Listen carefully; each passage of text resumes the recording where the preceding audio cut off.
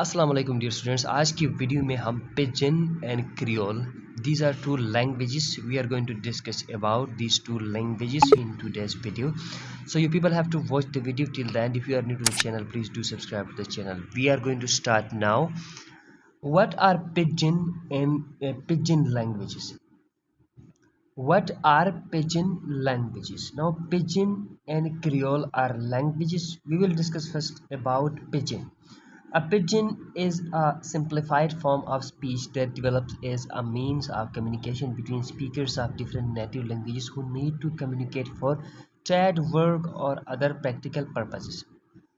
Okay, one thing in this paragraph is that pidgin is a language that is developed from other languages, other speakers of other native languages. When they come together for a trade, for a work, or other practical purposes, then what do? They speak this language, means they mix their vocabulary and try to speak a language that becomes a pidgin language. That's not a pure language. That language means that vocabulary is not rich. The vocabulary are from different languages and they put together and speak a language that is our pidgin language. Okay, key characteristics we will learn when we study key characters. Pidgin language, the first key characteristic is simplicity.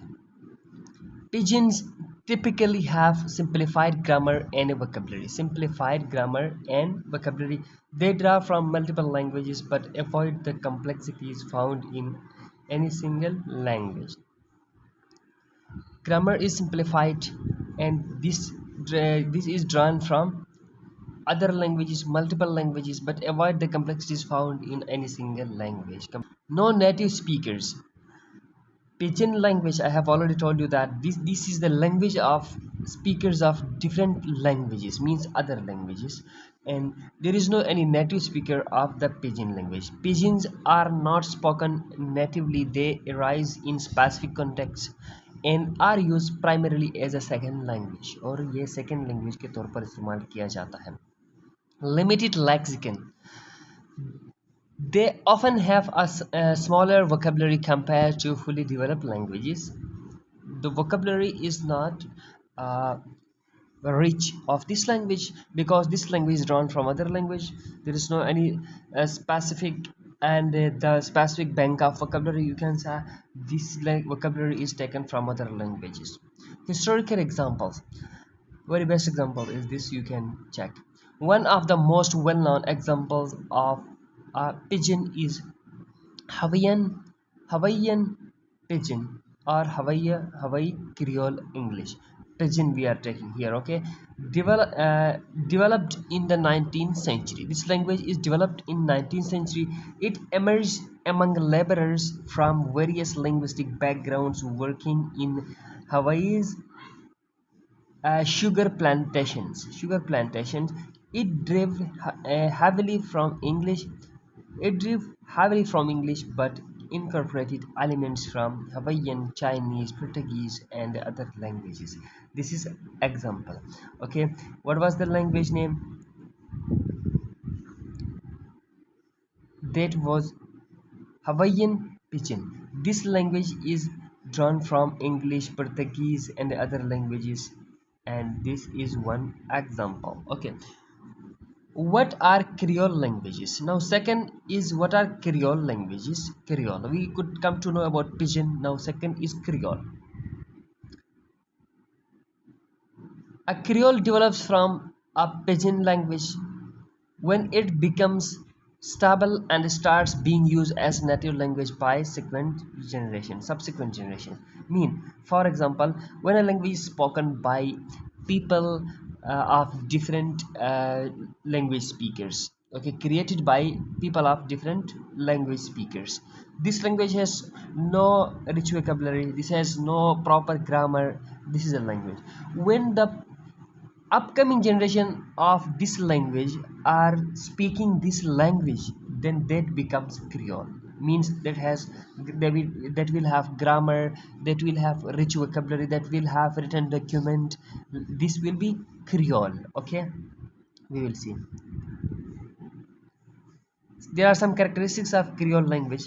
Complexity. Unlike Pidgin, Creoles have a fully developed grammar and a vocabulary. They evolve to serve all the communicative needs of their speakers. Means it has grammar, it has vocabulary, and it fulfills the need of the speakers to communicate. Got it? Native speakers. Creoles are spoken natively, meaning children grow up learning them as their first language. Okay? Creole has now native speakers. Rich vocabulary. Other time, Over time, Creoles often expand their lexicon and incorporate elements from various languages. Vocabulary is rich. Now, historical examples. Louisiana Creole is a prominent example of a Creole language. It originated in the 18th century among enslaved Africans in Louisiana who created a new language combining French, African languages, and some Native American influences. Today, it is still spoken by communities in Louisiana. Next is the linguistic evaluation. The process from Pidgin to Creole involves several stages. First stage, Pidgin formation. Different language speakers create a simplified language to communicate. Second is stabilization. The Pidgin becomes stable and consistent in its grammar and usage. Creole formation. The Pidgin evolves and becomes the native language of community, developing a richer grammar and vocabulary over time. These are the three stages. Now, why do we study Pidgin and Creole languages? Okay, studying Pidgin and Creole languages offers valuable insights into language change. First thing, language change. They illustrate how languages adapt and evolve in response to social and cultural needs. First thing, the Creole and Pidgin make language change. For example, I am English. If I am English speaker, I do speak any Pidgin language, then the upcoming generation will speak Creole. This is a kind of language change. Second is cultural context.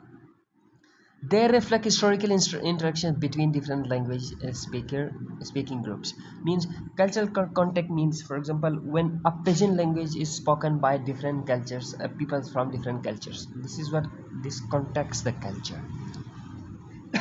Linguistic creativity.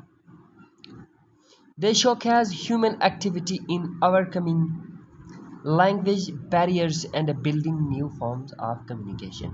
Linguistic creativity means that it builds a new forms of communication. This is another example. So I hope that you people could understand. So in this lecture we discuss four things you people have to keep in mind. The first thing was about Pidgin, its characteristics and each and everything we discussed. Then Creole we discussed, and after that we discussed linguistics evaluation, the stages of the language creation that was discussed. And fourth thing we discussed is why do we study Creole and Pidgin, what is the importance of this Pidgin and Creole we discussed. So I hope that you people have understood and enjoyed this lecture. Again, I will remind you, if you are new to the channel, please do subscribe. Thank you so much. Have a great day.